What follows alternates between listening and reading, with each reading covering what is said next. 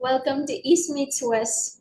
And as usual, we always have selective, leaders from different countries around the world that is on this program sharing either their leadership journey or some aspect of leadership.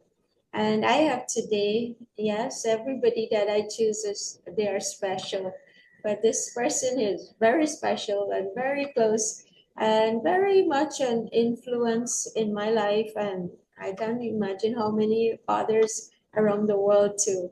So today I have with me John Griffin, who is an entrepreneur, international speaker, executive coach, and serves as vice president of global programs for the Maxwell Leadership Foundation and Equip Leadership. So John stewards the values-based transformation program covering faith, students, community, and country transformation. And John's passion for transformation aligns with the vision of Maxwell Leadership, believing that everyone deserves to be led well. John also serves as a teaching faculty for the Maxwell leadership team of over 54,000 independent coaches and speakers.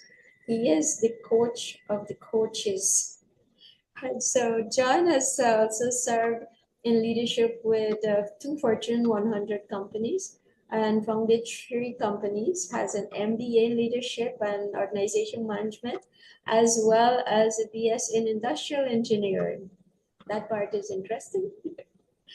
Yes. And so John, however, though he has a lot of different titles and roles, he says his favorite role is being a husband and to his bride, Antoinette. Very also dynamic woman. I do hope I can get her also on this program to add value to all of us one day. And he also have a husky. Yes, my kids wanted one to come together, but yes, maybe there's but some lessons there from, is it Mila? Mila. Mila, yes. So, John, thank you so much for sacrificing some time to add value to us. I know you're a person of value and you love adding value to others. And I think that's one of the aspects I admire about you. I know today we're going to be talking about some priorities of leaders. And I can't wait to actually learn. I learn a lot from you, actually, from the Maxwell leadership team, but also, so many other things that you've impacted in my life too. And so thank you so much for being on this program and officially welcome you. And if there's anything else you would like to add to what I just said about you and tell our viewers a little more about yourself. Well, first, Shanti, I want to thank you for honoring me to be on here. There's very few people that are more committed to their country than I've met than you. This started in a conversation on a transformation trip years ago, where you came up and started asking me about how do you do this in Guyana, um, and I didn't know that you were going to be so committed to this and go try everything. And I had a meeting with a group of individuals last night who are in Southeast Asia. And one of the things that I told them is because they were talking about an individual that reminds me of you. And I told them, I will move heaven and earth for anyone who is a person of action, who is not somebody who just wants to talk, but will get in and try it, do it, work on it, struggle with it, and you've done it all. And so I'm honored to be here. I feel like I need to pay you for that introduction though, because you were adding stuff to that. So thank you though. Glad to be here. Thank you, John. I do appreciate, yes. And I think I'm like you too, that I like people who talk less and more action. I Yeah. think sometimes as leaders too, that for me personally, I've met so many people too that can't make decisions fast and act fast and stuff. And but I think it's also one quality that leaders should have to become more decisive? Sure. And I, I know we were talking today about personal growth and self-leadership and being, the visionary and the whole, strategic clarity and all of that. So I am not going to take away on the topic, but I do something close to my heart is about developing leaders. And I do know that it starts with self-leadership and growing. And that was something that opened my eyes few years back that unless I am growing, I'm dying. And it starts with me and everything, pouring into getting better and leading myself better. But I would love to hear more because our people do need to understand this whole aspect of how well can they lead themselves. yeah, well, this started with you asking me the other day when I asked you, what are we talking about today? And you asked me, what does it take for somebody to lead well? And really the first thing is before we can lead others, we have to lead ourselves, and that's what we call self-leadership. And leading ourselves involves growth. And so it's really personal growth and self-leadership. And as I thought about that, Shanti, I was thinking, we both just acknowledged that we love people of action. And that's what growth is. Growth is acting. Growth is not acting like somebody, but is taking action and trying out some things and be willing to make mistakes, be willing to fail at it. But if we just sit around and talk about stuff, we're not learning anything. And you and I have talked a lot. This has to do with transformation. The difference between knowledge in our head and real change or transformation in our heart, the difference in that's 18 inches. And that 18-inch trip from head to heart is all about action. And so personal growth and self-leadership starts first with getting aware, becoming aware of who we are, becoming aware of our value, our intrinsic value and worth, of knowing that we all have been made for greatness. We all have things that are great inside of us that are unique to us. We all have a natural wired personality and behavioral style. We all have our own personal values. We not only have personal value, but personal values that we look at the world through that filter. And we all have skills that we've developed over the years. And so the more that we can become aware of that, I think the better. I'll be talking on in just a few days. Antoinette and I are headed to Fiji, and in that conference, one of the things they asked me to talk about was self-leadership, and part of that are these very things that I just mentioned to you, is to realize, it's awareness, but it's not just awareness in our head, but it's awareness to now act out and understand, how do I perceive the world? How do I show up in the world? And how do I need to adjust based on what I know about me in order to connect better with people? And so, it starts with that type of inward look, and it's like looking in a mirror. We start by looking in the mirror first, but as we get aware, then we begin to turn the mirror around, and it becomes more like a looking glass that we look through to get curious about others.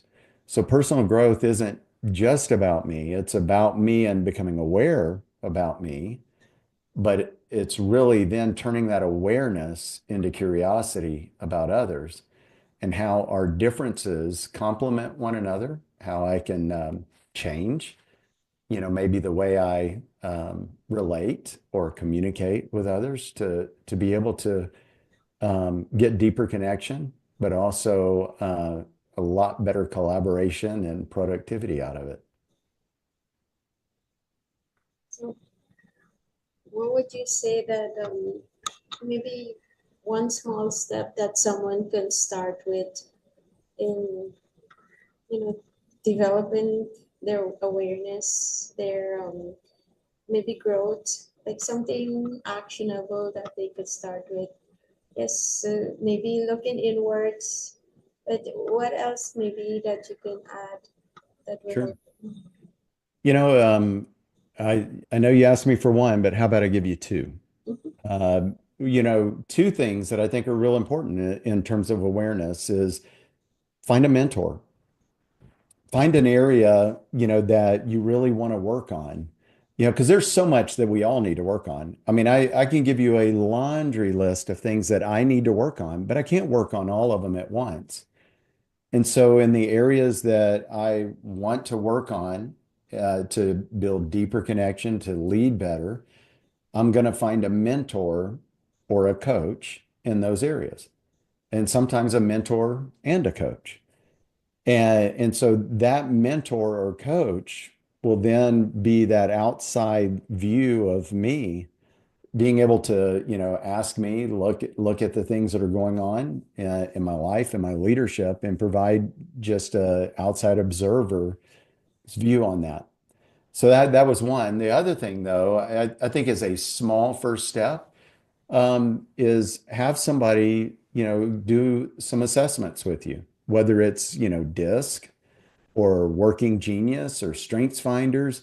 You can do all that for your listeners. I know you're not asking me to plug you, but you do all that. And so anybody listening, if you want a first step in self-awareness, do one of the behavioral style or communication styles or working style type of assessments. And Shanti, I know you have the ability to administer all those.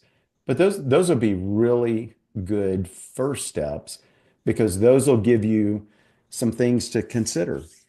A lot of times we can't just sit around and go, oh, well, I need to work on this. It wasn't until I looked at my behavioral style and how I show up. And in these assessments, it'll also say how others perceive you. And it's not about putting your best foot forward, but it's how to connect better.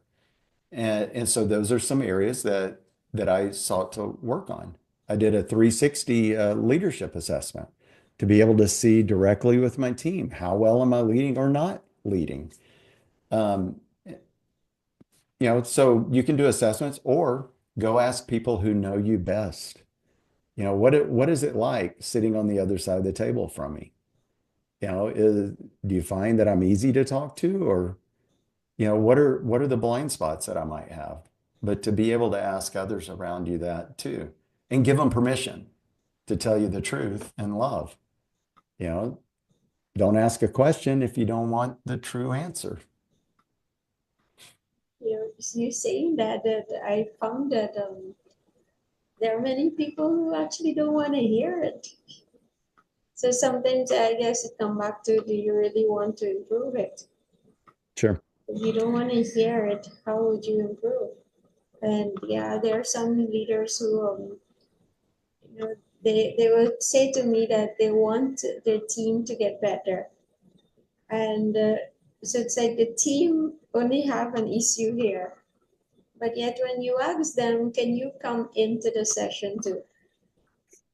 Yeah. Oh, I don't want to be there. I don't have time. Or something will come up. But then, you know, we are talking here about being maybe the best version as a leader that we can be. But then, as you said, if we're not willing to also get that feedback, and I know when people hear, okay, 360 feedback, certain of the personality styles don't want to hear, what they might be doing. Exactly. Well, and what, I can't remember who probably originally said this, but I heard this a long time ago. The quality of the answers that you get in life are directly correlated to the quality of the questions that you ask. And if you don't ask questions, you don't get answers. And if you don't get answers, you're stuck. And stuck stinks. I mean, there's no growth there.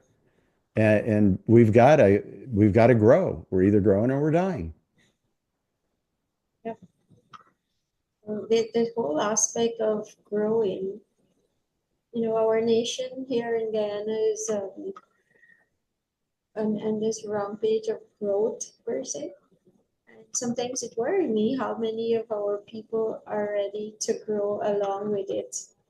And so, we have in all these leadership conferences and leadership training, just to, even this program itself is to help people to start understanding the importance for them to grow and getting better and, coming out of their comfort zone at this aspect. And so sometimes people will say this to me too. And so maybe you could share on that I'm comfortable where I am.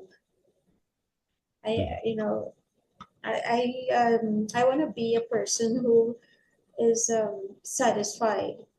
And so, you're telling me to start thinking beyond. You're telling me to learn more. You're telling me to step into doing something, which requires you to grow. If you want to have a larger team per se, you want to have a more engaged team per se. It requires some work on your end, but then you're telling that, oh, I am happy with where I'm at. I don't want to do more because I need to be learning how to be satisfied with what I have. Yeah, that to me sounds like somebody who basically wants to retire when they're, well before their life is over and really just kind of kick back and let the world pass them by. Um, I don't have honestly, I don't have a lot of empathy for that person. And part of that's because that's part of my story. The whole reason why I do what I do today is because, in a long time ago, I'm not even going to say the year. We'll just say it's over 20 years ago. But my father got cancer. And on his journey of facing physical death, and me walking that journey with him, I realized that he had died years before. And I love my dad, and this isn't, any kind of putting him down at all. But he found himself in a place where he did not know really what he wanted to do, and so he was just kind of existing. He wasn't unhappy, but he wasn't really happy either. I mean, he was just there. And this was before the cancer. But the cancer, as he went on that journey, he realized he was beginning to have regrets for not doing anything during those years. And it scared me so much, Shanti, is at that time I was blessed. Antoinette and I had a thriving business. It more than paid our bills. We were enjoying it together. But it gets back to a thing that where you and I had talked about this before. I always ask people, what feeds your soul and what feeds your bank account? And how do we get those married together as much as possible? And sometimes that means delegating some things. Other times it means changing career. And for me back then, it meant for me to change really career. And so I stepped out of our business, and that's when I began to really just do leadership consulting and personal growth because that was something that brought joy to my life, and it was never ending, never depleted my energy. It still doesn't. But in the process of that, I had a lot of growing to do, and I still do. But if I had not stepped out, had I not experienced that with my dad, I would have never come to the conclusion that I want to live life to the fullest until I draw my last breath. And I worry about people who say, I'm happy right where I'm at. I think that's the beginning of the end of their journey. And I know it sounds dramatic, but I believe that. I also, though, don't believe it is the end. It's only the end if they choose to stay there. Everybody has a choice on any given day to chart a new path, to chart a new course. Nobody's making them stay in their comfort zone. Only it's a choice. It's a willful or unconscious choice either way, but it's still a choice. Yeah. Sometimes I think of, okay, how do I help wake them up? Some people, it's a season for them though. And I will always wish them well. I don't wish any harm or any bad things on anyone. I just know that it's not their season and it's not my time to really help them. They're on their journey, and I'm on a journey to make and help people be wildly successful in their life and their careers and their marriage and relationships. And I don't have time to try to talk people into stuff. There's too many other people that need our help. And so you share it. If it's not their season, wish them well. They're still good people. Um, and they'll respect that. And it used to drive me crazy at the beginning though, because I would like, really? Seriously? Come on. But today I mean I got a lot of gray hair, and because of this gray hair, it's taught me to just let people live their journey. And those who really want to grow, they're going to get all in, and you're going to see incredible growth in them. But the same people that are choosing to stay in their comfort zone can grow just like those others with a simple choice to begin to step out of that comfort zone. But we can't make that choice for them. They have to make that choice. Sometimes when I'm speaking in a session or so, I always tell people, I do believe that you have like greatness in you. There's some talents, there's some gifts that are there. And if you die and carry it with you, you're being selfish Yeah. because you never developed it and use it to, add value to other people. You just kept it there. And so, yeah. But, I worry more, Shanti, not even so much. I mean, I totally agree with you. It is selfish. But I worry more though about people that they're going to get to where my father got, and that which was the saddest part of that was the regrets. And I don't want to live a life of regret. I don't want to end up at a place where I'm going, oh man, I wish I would have just stepped out a little more. I wish I would have done just a little more or tried something. yep, that is a scary place to get to, indeed. Yes. So, as our viewers, it's important that you look how are you growing, and maybe for me, what I do is that I look within last year to this year, how have I grown? And what areas have I grown, and how am I different from then to now? And set some goals, set some, things that this is what I want to get better, and then just keep working on that. Yeah. So let's talk about the vision and strategic clarity Sure. for What do you want to leaders. know? Why is this a priority for leaders? Yeah. If somebody wants to lead well, uh, it's going to start with the personal awareness and connecting with people, but it's more than us just all having great relationship.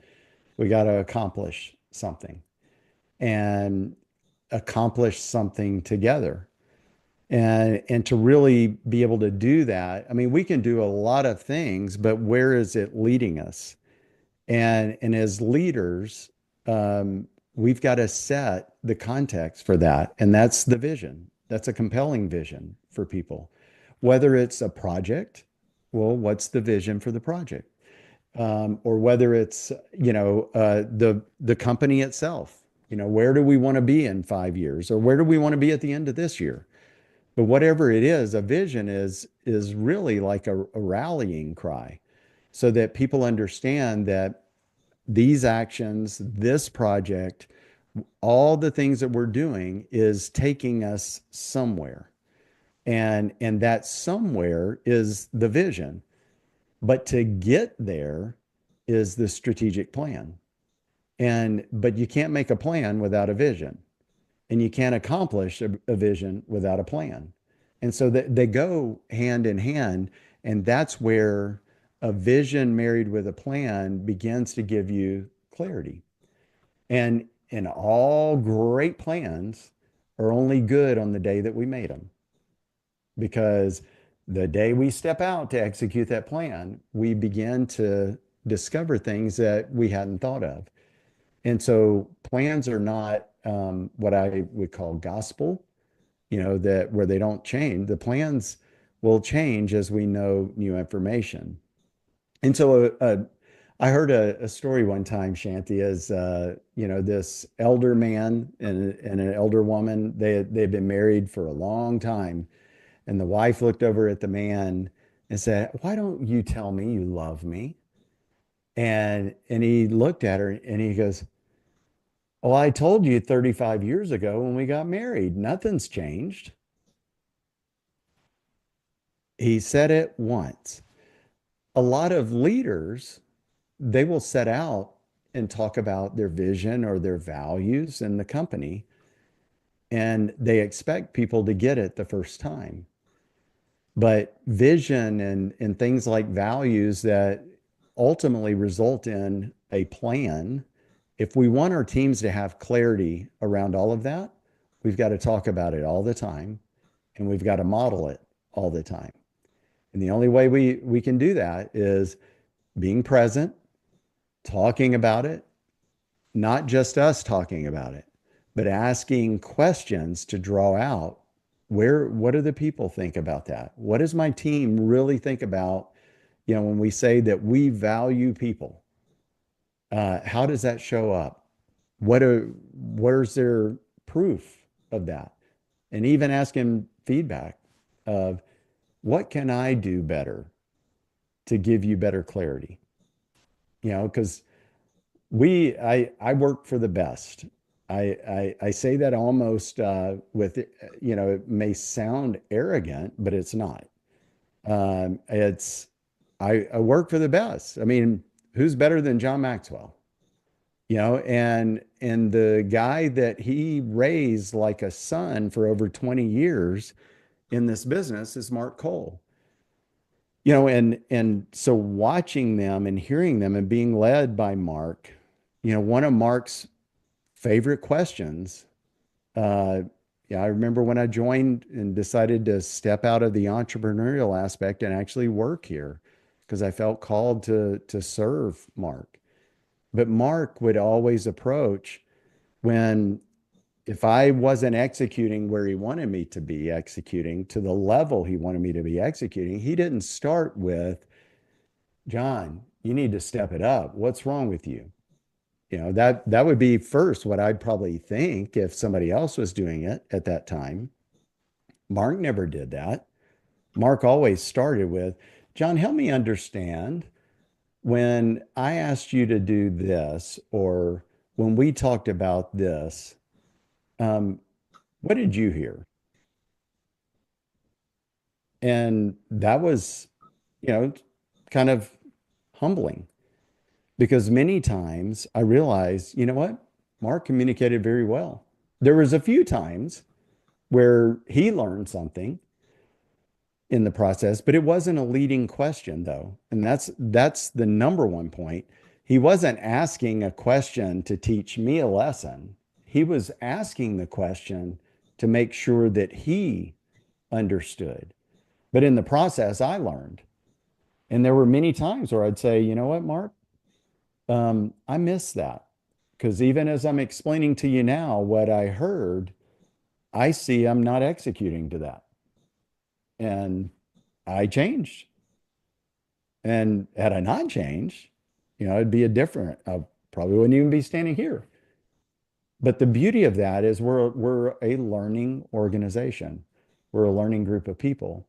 And my leaders model that because they start with questions and they don't start with discipline. They start with questions to make sure they understand. And then they will instruct or redirect or give counsel or discipline when it's warranted, but they make sure that they fully are understanding of what's going on and making sure that they communicated well before they go there. And that's all tied up in to what I view around strategic clarity is you set a vision, you set a plan based on the vision with the knowledge you have today, but you continue to evaluate that. You continue to ask questions along the way while you're executing, but you're always striving for clarity, not certainty, but clarity. Because it's hard to be certain. The vision can be certain, but the plan has to be clear and flexible along the way. Thank you for sharing that. Yeah. Those are some key lessons there in leading a team and understanding your team members. And I think it even ties into some extent on communication, how we communicate with one another, and also learning how maybe to improve your communication because of the type of question you're asking instead, and yeah. So those are some things that, yes, I am practicing and getting better at as a leader. And how do you ask questions that don't make people feel that, oh, they've done something wrong and they're gonna get scolded or something along that line. But to understand and, even it's so important to go into the conversation with, okay, maybe there's something that I missed and let me go and find out so that I know maybe next time how do I communicate to this person so that they understand better. Yeah. So I think Well, it it all overlaps. I mean, I know I told you, part of the things to lead well is around communication and that's around building your team and strong teams. Um, if you give me the leeway of telling you another quick story, it's a story that John told, and I think you may have heard it. But there was a great women's basketball coach named Pat Summitt, and John and Pat were good friends, and Pat would invite John Maxwell to come and talk to her team before games. And this was, when the Tennessee basketball team had, always won the championships and had just a great team. She was one of the winningest coaches in women's basketball. And I remember John said that he went this one time, spoke to the team before the game, and he stayed for the whole game. But what he did is, in the first half of that game, he saw that Tennessee was losing, and he was really curious what this legendary basketball coach, his friend, he was just curious what she was going to say during halftime when the team would go into the locker room and make their second half, strategies. And so he asked her if he could go and sit in on that. And she said, sure. And she led him into the locker room and she pulled up a chair and said, here, John, you sit here. And then she walked out the back of the locker room. And while he sat there, he saw the team, each of the girls would go up to the dry erase board and begin writing down some things like what was working, what didn't work. Here's where we need to make some adjustments. And after a few minutes, Pat Summitt walked back in, and then she walked up to the board and read those things and would mark through a few things, put check marks by the other things, and then she talked to them about, okay, here's what our second half strategy is going to be. And so he watched that. They went out and they won the game. They had a great second half and they won. And so that night, John and Pat and John's wife and her husband and Pat's husband went to dinner together. And John had asked her, Pat, tell me about, that process that you use, because you didn't immediately tell them what they need to do for the second half. You tell me about this. And she said, well, I learned early in my career when I wasn't winning games that I would go in at halftime and I would assume what my players knew. And I would talk from where I assumed that they knew what I knew, and I would just give them a game plan for second half, not realizing and understanding where they were. And so now I use this strategy because by looking on that board, I see how they're thinking. And now I can correct where they might be thinking wrong because they're putting it up there. I'm not assuming anything. They've shown that now. Or the things that they're correcting, saying right. I put the check mark by because now I know we're on the same page and I can talk to the things that really need to be adjusted and I can just affirm the things that they don't need to adjust. But I only know that by understanding where they are. And that's how she was able to communicate with her team so well in that. And I love that story. And it still challenges me because I make assumptions all the time.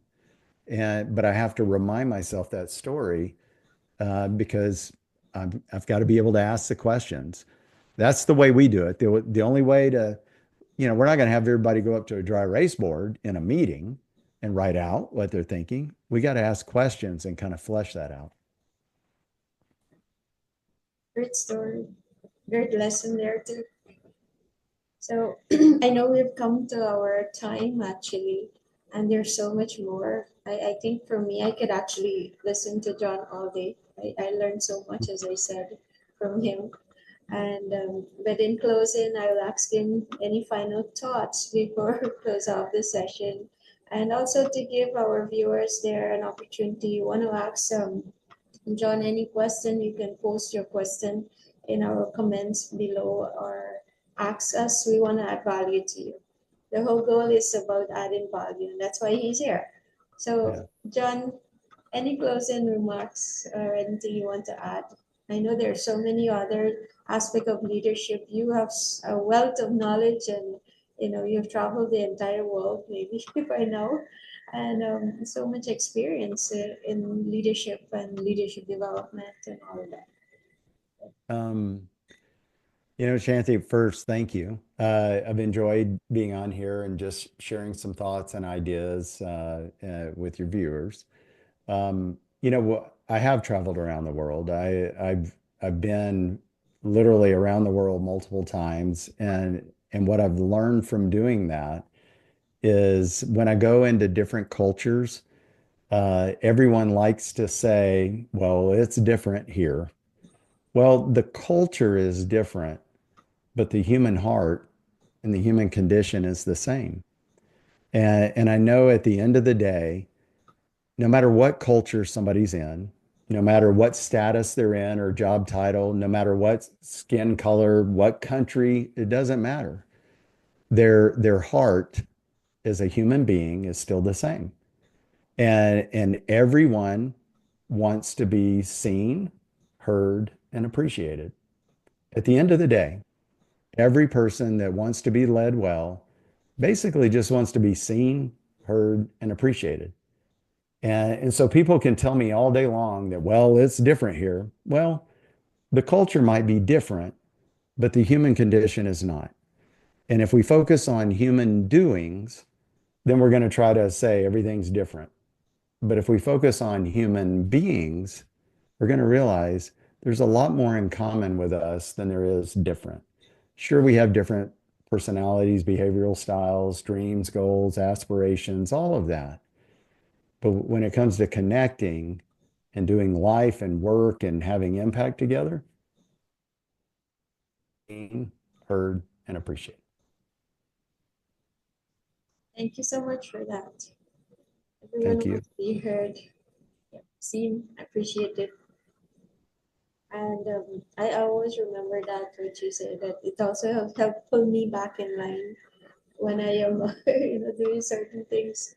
But thank you so much, John. Thank you very much for your time. I know you're very busy, and so I don't know how much I can't thank you enough that you put aside this time to share with all of us, including myself too, as we learn through this process of leading ourselves well and being able to be impactful in others' lives, especially our team and the people that are looking up to us. So thank you so much, and we do hope that you can put us back into sometime later down and join us back again and keep That would adding be value to all of us. And so thank you so much. And to our viewers, thank you also. Do share this recording here that we have, share it to others who can benefit from it, and like it, or just ask us any question too, so that we can also help you through maybe some aspect of how you're leading yourself that we can help you with. So take care and see you in our next session. Thank you.